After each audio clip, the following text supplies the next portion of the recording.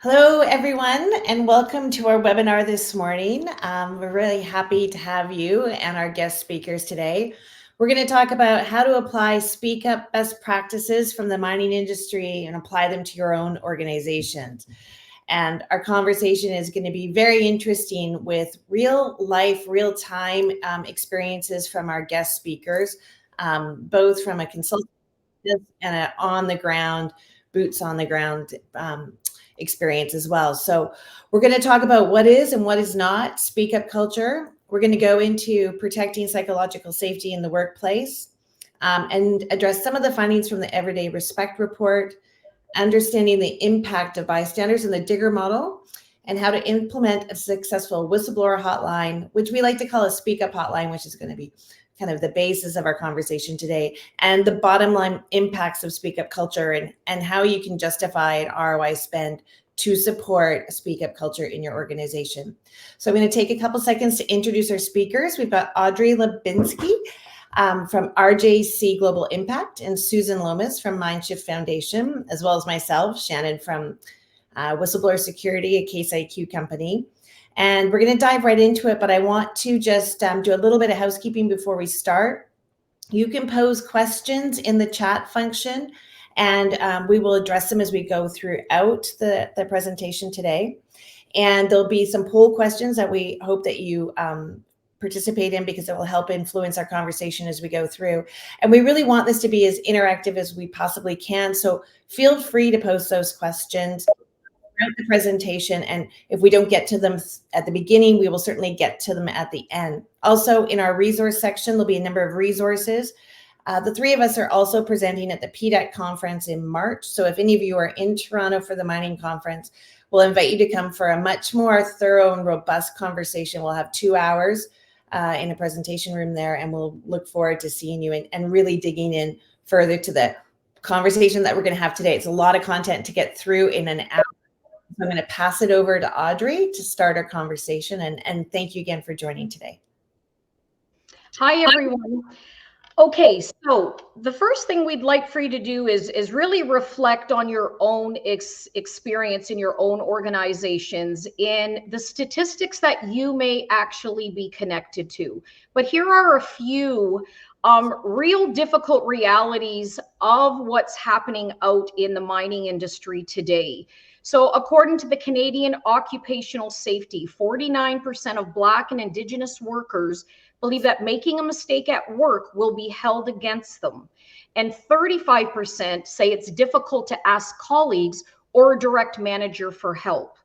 The next two quotes are from a study, a 4-year study from the MARS program, the Mental Awareness, Respect and Safety program out of Australia, that was done on 3,200 mining industry professionals in 226 companies. And more details of this report is going to be coming out, but nearly 25% of women and 11% of men reported being bullied at least 2 to 3 times per month in the past 6 months at work. And just over 35% of women and 9% of men in the mining industry say they have experienced sexist hostility in the past 12 months. So there are many reasons why speak up culture is sometimes difficult for a human being. And some of the reasons behind claim and reporting suppression have really been that people are connecting or disconnecting with a culture, but primarily because there are decisions that are being made that are unjust. So imagine you have a social system, which is your working organization. Something happens to somebody or multiple people, and that group of people have experienced someone not being dealt with in a very justified way, or there has not been the proper accountability held with the person that has been bullying or that has harassed someone. So the workers really have come down to some kind of convinced view that the grievance procedures are just not effective, they're not sustainable, And literally in layman's terms, nothing's going to happen about it. So the people also feel that there's a stigmatism that goes with any kind of reporting for many different reasons. And it's not just a leadership type of experience. Many colleagues, I mean, if we look at the mining organizations today, the culture today, the workload is tremendous. Some people are doing anywhere from 2 to 3 roles at one time and have an expectation to fulfill on those types of outputs and those KPIs. So people sometimes are really afraid to report or claim something, whether it's physical safety, bullying, harassment, or just not feeling safe to speak up, contribute, and give some healthy type of pushback. So there's a real sense that leaders do not care about work, health, and safety.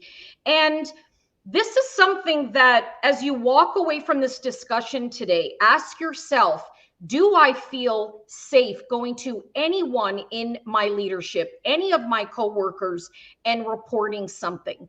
It's predictable. 70 to 80% of people just on this call will not feel safe going and saying absolutely anything to everyone in your organization when you have some type of concern. So what does true speak up look like? Well, Professor Sharon Parker is the one that led the Mars initiative. And there's been a lot of work being done in Australia, and they bracket it under a term called respect. More in North America and other parts of the world, we're really looking at respect as an outcome of psychological safety. But Professor Sharon Parker has quoted, "We need to improve people's work design and develop a positive culture in which mental health and well-being has just as much attention as physical health and well-being." And where we're wanting to move, especially so many organizations out there in the world today, specifically in the mining and resource industry, is to bring our policies, our standards, and have them be a driver, have them be actionable so that psychological safety becomes a norm in the culture of an organization. And speak up is a product, it's an outcome where people are safe to speak up. So in order to really truly create a true speak up environment, we need to be able to mitigate the risks of psychosocial hazards. So psychosocial hazards are things like bullying, harassment, job control, change management, time management. There's a long list of psychosocial hazards. And really what that is that we in the mining industry and many of our standards, like our ISO health and safety standards, many standards we have today, your government standards, are that in the health and safety space, we must be responsible to remove all psychosocial hazards or mitigate the risks of them as much as humanly possible. So when you're doing that, what's happening is the outcome of removing the barriers of psychosocial hazards, people begin to feel psychologically safe. So our first poll is a question for you. When presented with a conflict in the workplace, I feel safe to speak up and I know the process. And you can respond as, yes, my organization has a solid speak up culture. Second, I feel I could speak up, but I'm not sure exactly how to report. And then third being no. Thanks, Audrey. And everyone can go to the side panel, and there's a icon there where you can click on, and you'll be able to answer the poll questions.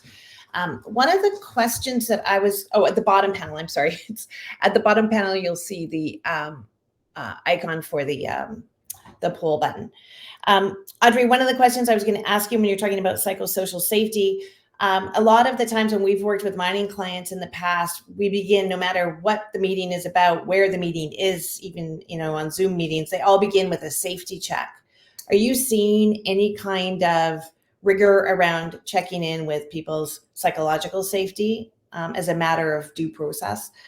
Yes. So the safety share that they have at the beginning of every meeting is really a real lived experience based on physical safety, occupational safety situations.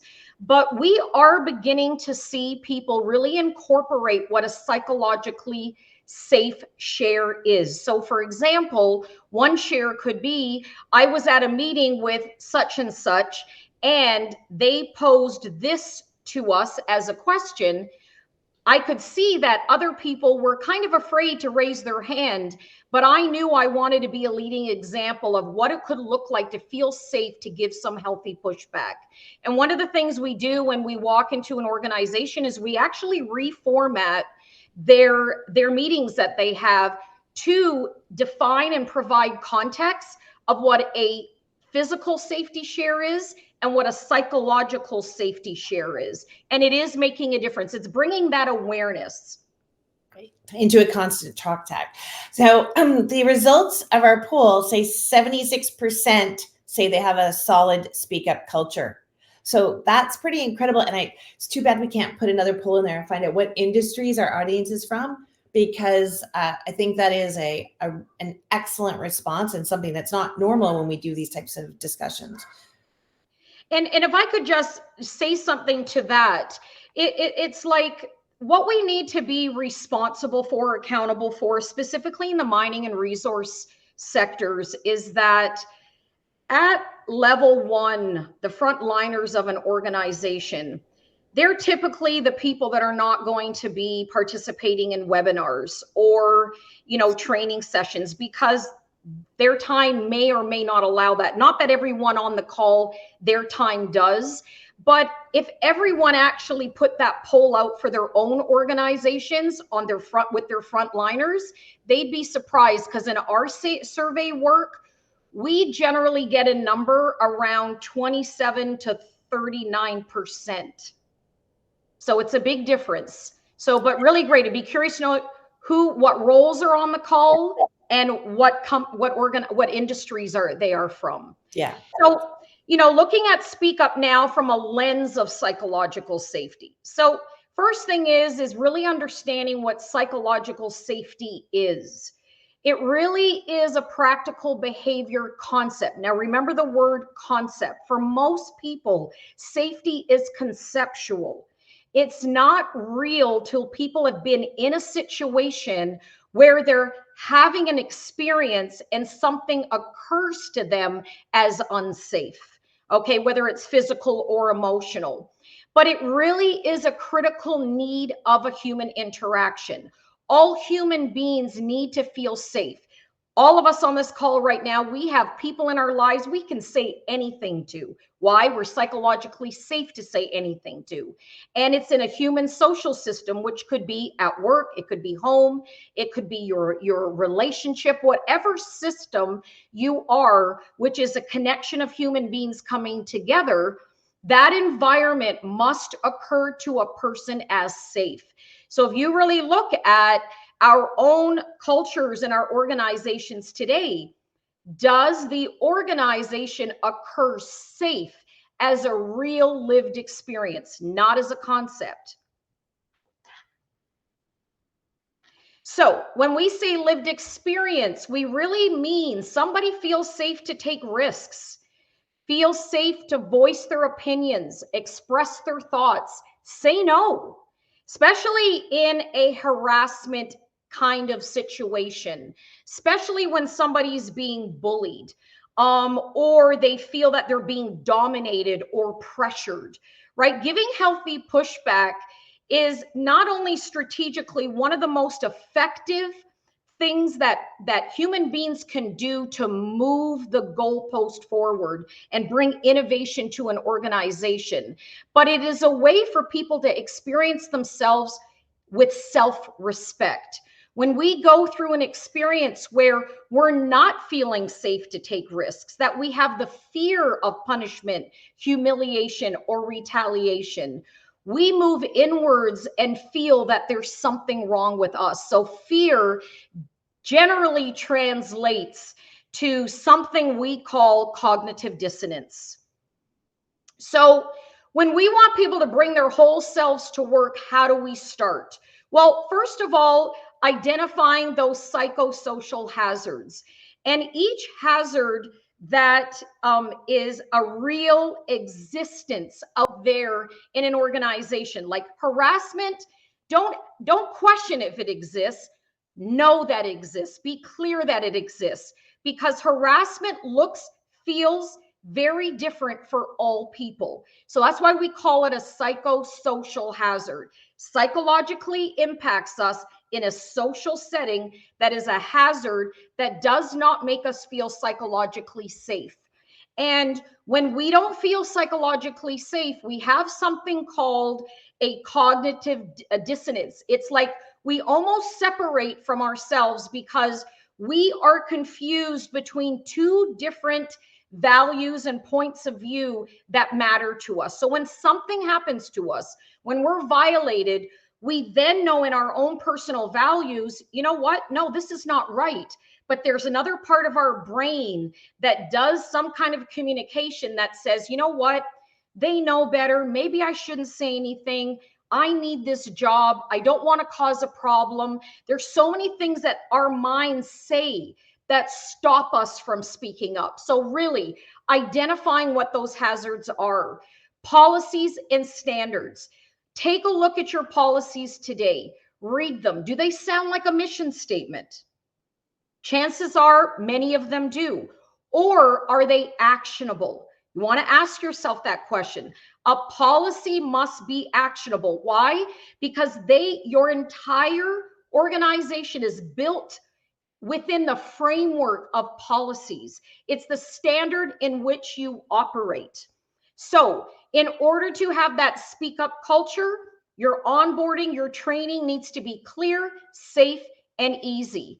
And number one, that your leadership, no matter what position they are at a leadership level, if they're accountable for people, not just to people, they really need to embody psychological safety in how they think, act, plan, and behave.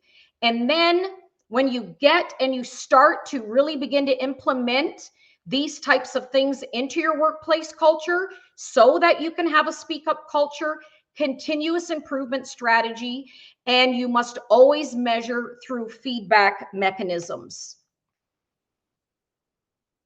So I like to always say return on inclusivity, measuring the bottom line, the good, the great, and the metrics. Many people today, especially in the diversity, equity, inclusion, and belonging space, are challenged by sustainable types of programs that are continuously measured and optimized, or they're dealing with how do we get started, or we did this program and something didn't happen, or we didn't get the outcome we wanted. There's so many people right now in our industry champion great initiatives, but you must understand that an initiative is not change. We must measure. We must look at what's good, what's working, make it better. And then we must create metrics to measure. If we want to have inclusive cultures, if we want to have psychologically safe cultures, and if we want to have speak up cultures, there must be things that we measure so that we can bring that data to leadership. We can justify and quantify why we want to invest in additional programs and training. And that's really how you're going to build a sustainable plan for meaningful progress. And just remember, meaningful progress takes time. And that's it. Thanks, Audrey. That was excellent, and it will lead quite nicely into Susan's topic matter. So, Susan, if you want to take the lead. Okay. Thank you very much. I'm Susan Lomas, and there's Me Too Mining. I started that in 2018 because the conversation wasn't happening. There was after the Me Too movement, there wasn't anything happening in the mining industry around these conversations. So I started a Twitter account and I started posting articles. I started posting comments and stories. And we got invited to talks at conferences, and conversations were starting. And I was listening to stories from people that usually often ended with, I didn't know what to do. What should I have done? What could I have done? And it really bothered me that I really didn't have a good set of answers to those questions. So I actually took a year off my consulting work. So I'm a geologist in the mining industry and have been for 35 years. And I run my own consulting company. But I wanted to understand the workplace culture. I wanted to understand what it was, why we weren't speaking up, why we weren't saying anything, why we had no solutions. We can't make companies have the right policies, but workers wanted to know for their own safety, for the safety of their coworkers, what they could do. And so I came across bystander intervention strategies that were really being developed at that time for universities and within that university and education setting. And I thought, this is perfect because nobody teaches us what to do or what to say when something happens. And so I worked together with some of the other volunteers that were coming into Me Too Mining. And we came up with this Digger program and we started giving it at conferences. And the impact that we saw on people, the stories that we heard, the relief that now they felt a little bit more equipped to say something. And we do have a poll here also. And it's a question of what % of employees reported bullying in the Everyday Respect Report by Rio Tinto in 2022. So we have a series of options here: 18%, 28%, 38%, or 48%. So if you want to take some time and think about that and think about what would you think would be the percentage of the workforce that were bullied? Susan, not to bias our participants and give them the answer to with this conversation, but do you want to talk a little bit about some of the outcomes that are spoken to in the Respect Report? Sorry, what do you mean specifically? Well, I think a lot of people might not be familiar with this report, so maybe talking about what it actually addressed and looked at and what happened. Absolutely, and that really would go to my next slide, but then that would give the answer. But there were some really interesting outcomes, and for me, one of the most important ones was I was hearing a lot of stories from men about their experiences of sexual harassment and sexual assault at work sites. But there's no numbers, there's no studies, they're not invited to the conversation. And so when I did see the report and I saw the numbers of women experience sexual harassment in the workplace, and then I saw the number for men, it seemed so small.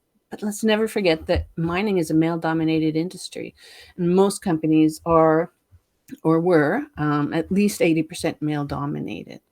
So when we look at the numbers, you'll see that it's actually the same number of people that are being sexually harassed in the workplace, but men are being excluded from that conversation. And we really do need to pull them in and invite them and include them in studies and conversations around sexual harassment at work. Okay, so our findings were pretty evenly split between 28% and 38%. So 65% of the audience thought it was between those two. So you can go to your next slide. And we'll go to the next slide and see. Yeah, so it's 50%. Half of the workforce is reporting that they are being bullied in the workplace on a fairly consistent basis. You can also see that number that I was referring to of sexual harassment. 30% of women reported having experiences, and 7% of the men. And like I said, that sounds like such a small number. But those numbers translate back to 2,700 women and 2,500 men. So we have to be inclusive of men in that conversation and in studies. And I've seen study after study of experiences of women and sexual harassment at work. And in mining or in male-dominated industries, we do need to include the men also.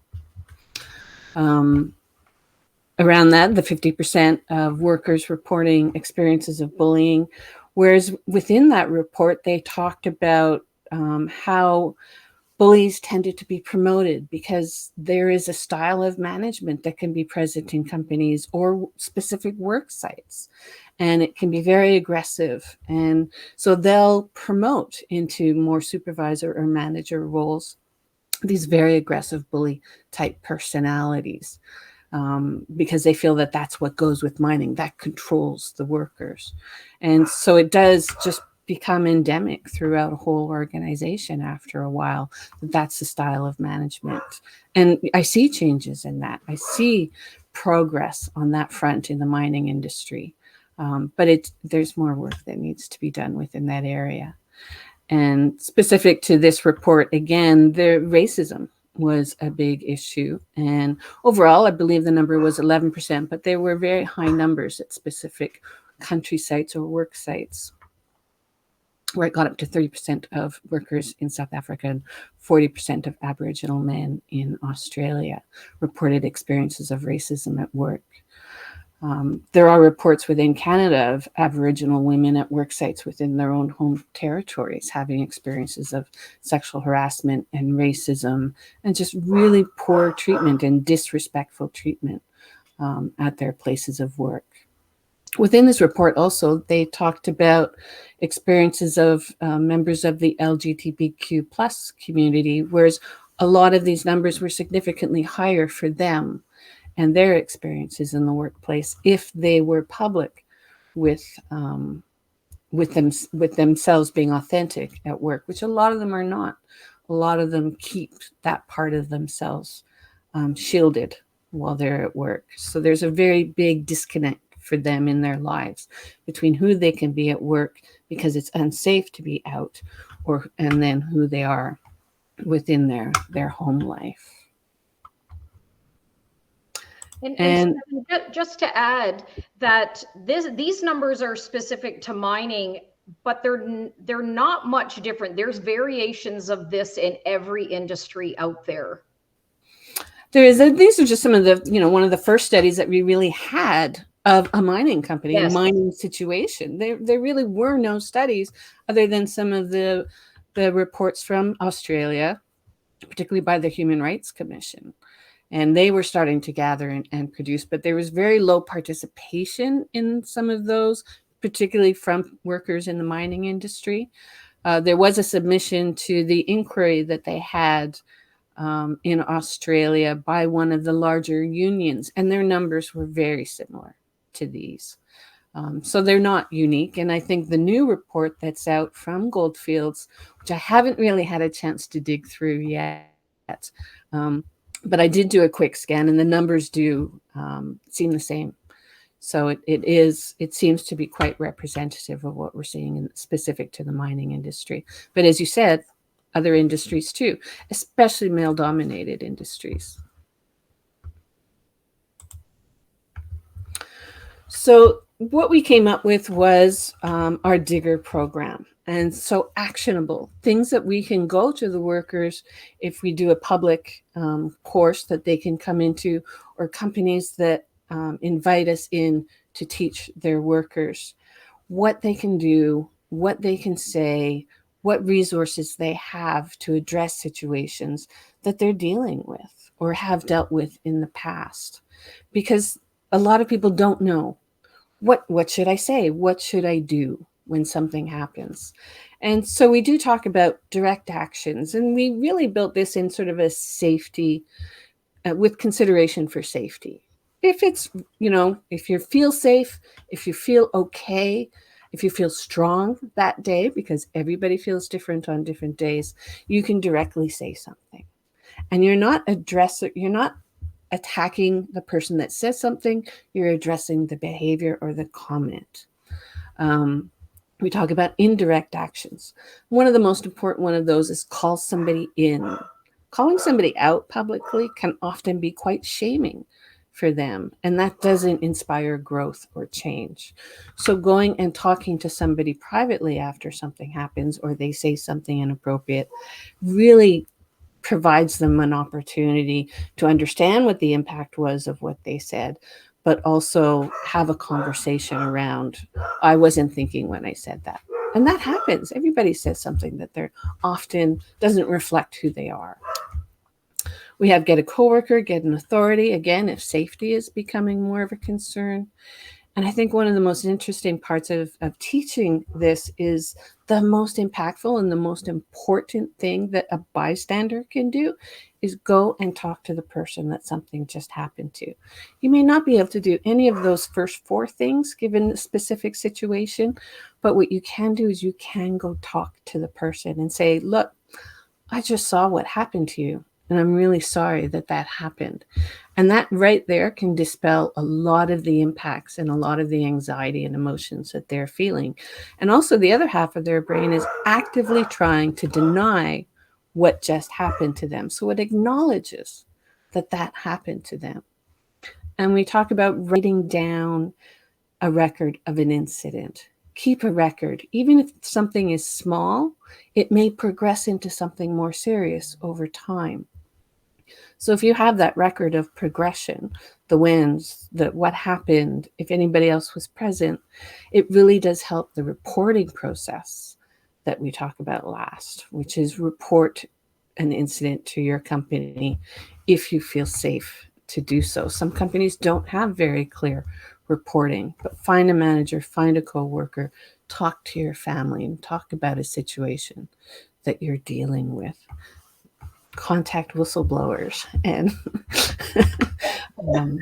there are outside sources that you can go to if there is no avenue for reporting within your company.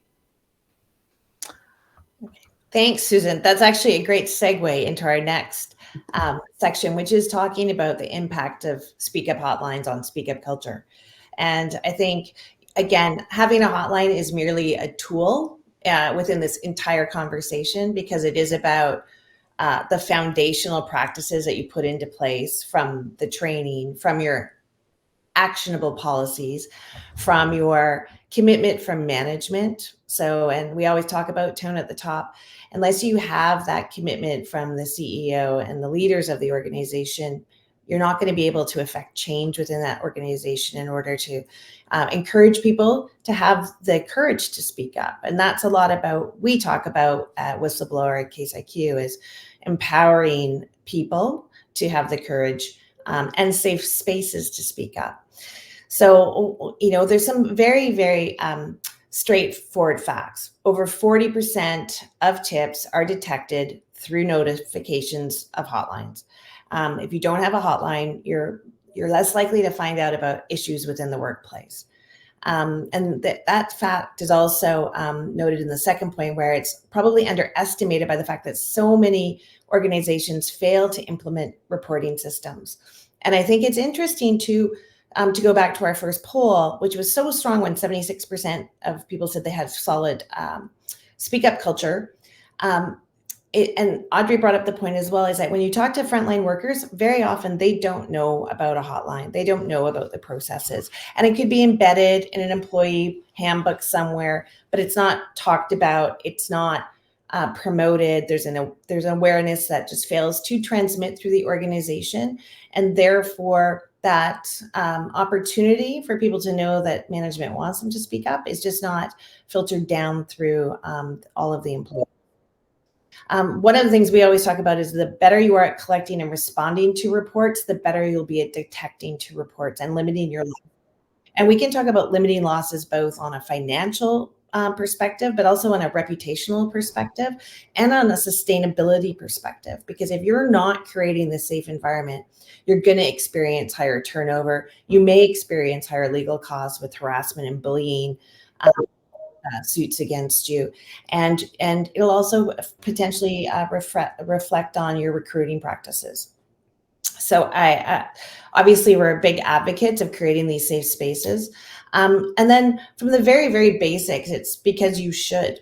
It's a best practice. It's regulated in so many countries throughout the world now. And I think one of the things it does as well is it supports the moral muscle memory, which I love that statement, but it's really a tool that signifies, again, that you care about your employees and you care about your organization. So it's doing fulfilling a duty to both the employee and the organization and the shareholders, if you're public, that you have these types of tools in place.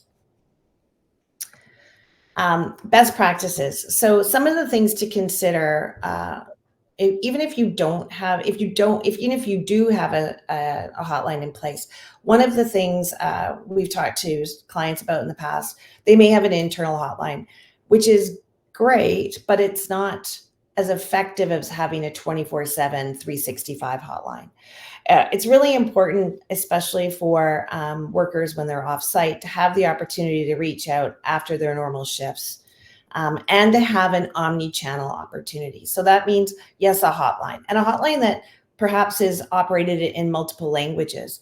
Because as we know, even if you're only based in North America, you really need to have the opportunity to have Spanish speaking, to have French speaking, to have Hindi speaking, maybe Tagalog, et cetera, et cetera. People need to feel that they're supported in their first languages.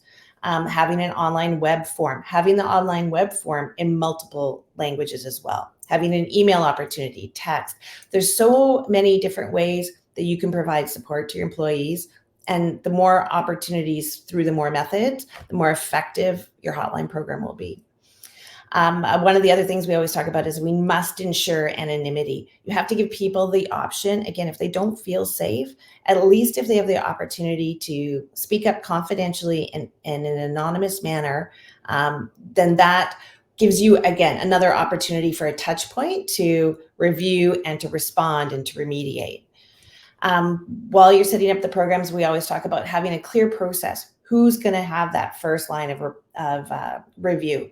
And make sure that person knows how to triage it. If it's a financial issue, if it's a human resources issue, if it's a physical safety issue, you need to have all those processes in place before you put this into implementation. And then having a clear escalation and investigation plan for issues. So again, depending on your industry, and really it's, mining has all of the physical safety parameters around it, but if you're in education, if you're in a healthcare setting, those kinds of considerations need to be taken into place while you're putting your implementation plan together. And finally, closing the loop. This is another thing we talk about. In order to make people feel safe about speaking up, it's really important to have that consistent feedback and engagement with them. So if they're going to take the risk of speaking up, because it is a risk, and we'll talk about retaliation shortly, you need to give them the outcomes as much as you can, because sometimes for privacy issues, you can't let everyone know exactly what's coming, but you must let them know that you've reviewed the report, you're responding to the report, and you will take action on the report in whatever capability the company can. We have a question: how do you address confidentiality of the hotline as many employees don't trust it?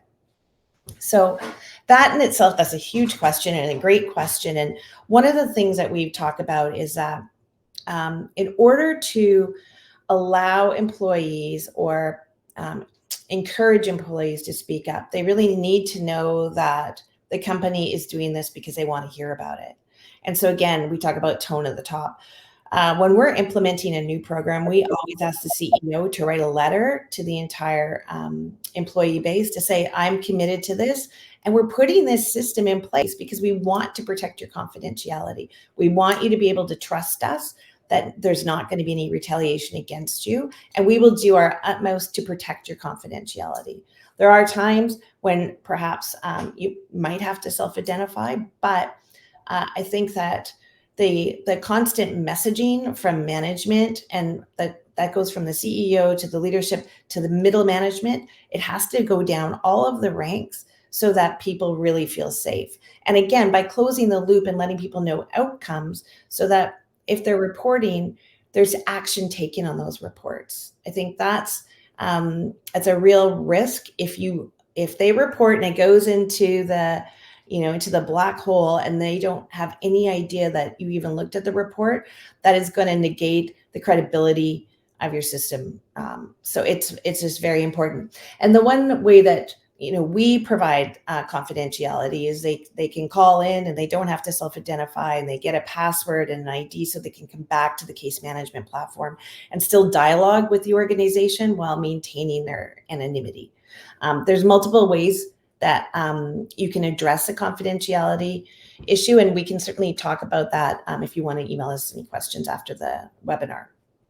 So this leads well into this slide as well, because in setting it up, the average hotline volume, and that includes online web forms, is 2 to 5% of employee population annually will use the system, again, if they feel like they're in a safe place.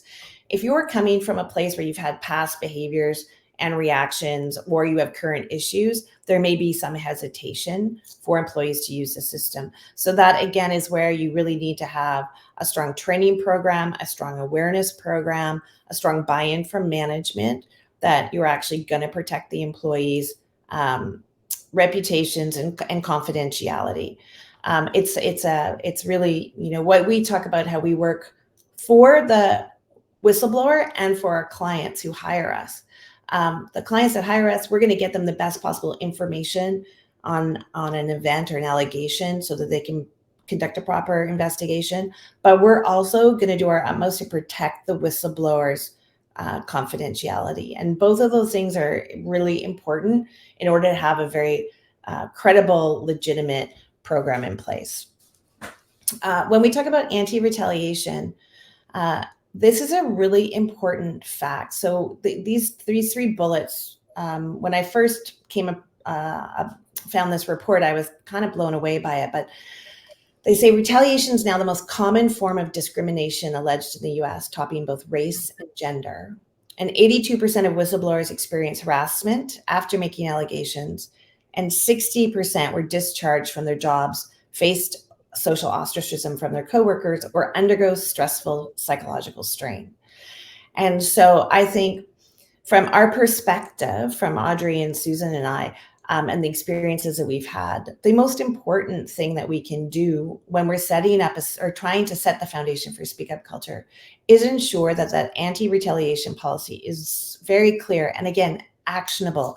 Management will not put up with any kind of retaliation, and then it kind of needs to be spelled out for people. Needs to be spelled out. It's not just in harassment. There's very nuanced ways to retaliate against people. And I don't know, Audrey or Susan, if you want to comment on this, but I think it's an important point. Yeah, for sure. So if we look at 82% of whistleblowers experience harassment after making allegations. So whether they're complaining or reporting or speaking up or whatever they're doing, this number is a result of a culture issue. So for example, when we look at your processes, so if you're going to implement some kind of hotline or tool for your employees to use to report, and it's confidential, what you also need to do is make sure that you have, during the onboarding process, a real step-by-step, transparent type of communication with that new employee, and coming from leadership. So you're creating that natural connection. Most of the time it's done by an HR professional, and it gets lost like everything else does. And then mistrust is created. But this number really is real, because for the most part, the culture, whether it's mining, resource, manufacturing, education, no matter what it is, people are always isolated when accountability is driven up. You've got to remember that a complaint is a form of accountability. I'm holding people accountable for something. And for the majority of human beings, accountability is uncomfortable. So that's where the output or reaction of retaliation is really coming from. So it really is a process of, right from the start, how is our training and onboarding of this experience? Is it transparent? Is it coming from leadership? But unfortunately, these numbers are pretty accurate. Yeah, it's so interesting. And I think about, there's a question that was posed, why are whistleblowers still treated poorly as a problem by a business? It creates victims and fear by others. And it is a really sort of existential question because from our perspective, I think we'd all agree that whistleblowers should be celebrated, right? They're the people who are taking that step. They're making a courageous decision to come forward, and it's to do something to benefit the organization. And maybe that's culturally, it could be reputationally, it could be financially, but it's a perspective. And there's these connotations of whistleblowers from the past that are very negative, and I think somehow we have to take the whistleblower concept and figure out how we put it into a positive connotation, because Yes. these people should be celebrated. There's one other note here that says someone's surprised by the 40% stat, saying they find their hotline is underused and employees still go to HR or leadership directly, which is great in the perspective that they feel that they can go to HR and leadership. I don't know, Audrey or Susan, if you have any perspective on hotline being underused. My first perspective is that they don't know about it. Exactly. And I can really validate that statement. About they don't know about it. It really comes down to, there's something in the psychological safety space we call knowledge equity. And knowledge equity is that every single employee it's equitable in their accessibility to information. People don't use a tool if they don't know it exists. That's just human nature, right? So again, back to the onboarding process, when somebody's onboarded or doing their induction training, like safety training, these are your opportunities. So if you look at, you're surprised by the 40%, and you feel that the hotline is being underused, I would really assess how many people first even know it exists prior to really quantifying that number. Because let's say, for example, 60% of your workforce really know it exists, and then you use that number can change, right? So it's like, we have to really understand the data and read the story behind the data. Yeah, exactly. I do have a question about the name of the retaliation report. I believe it's KPMG 2020. And if we want to, if whoever's asking the question wants to email me directly, I'll dig out the report, or we can add it to the resource section after the fact.